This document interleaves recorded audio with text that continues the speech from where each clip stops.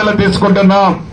అంతేకాదు government assigned భూమి ఉండి సాగు చేసి, ఇందాక చెల్లెమ్మ అడిగింది, అసైన్డ్ భూమి ఉండి సాగు చేసుకుంటున్న భూమి ఏదైతే ఉందో, ఇందిరమ్మ ప్రభుత్వం అంటేనే పేదోడికి పట్టాలిచ్చే ప్రభుత్వం, పేదోడి కన్నీరు తెరిచే ప్రభుత్వం, పేదోడికి అండగా ఉండే ప్రభుత్వం.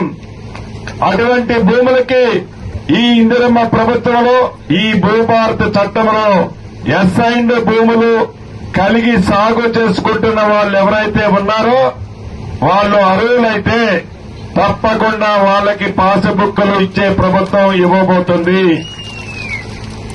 మీరు ఎవరు ఆఫీస్ చుట్టూ తిరగనక్కర్లా. ఇందాక ఎమ్మెల్యే గారు చెప్పినట్టు రాష్ట్ర వ్యాప్తంగా 4 మండలాలు పైలట్ గా తీసుకున్నాం. ఈ 30వ తారీఖుతో ఆ మండలాలు కంప్లీట్ అయిపోతాయి.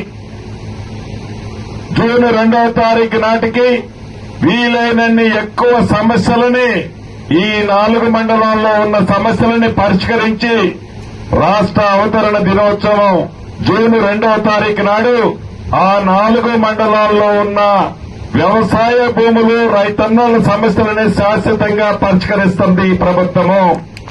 అంతేకాదు రేపు మే 1వ తారీఖు నుంచి ఈ జిల్లాలో కూడా రాష్ట్రంలో 4 జిల్లాలు మిగిలిన 28 జిల్లాలలో ప్రతి జిల్లాకి ఒక మండలాన్ని పైలట్ మండలంగా చేయబోతుంది.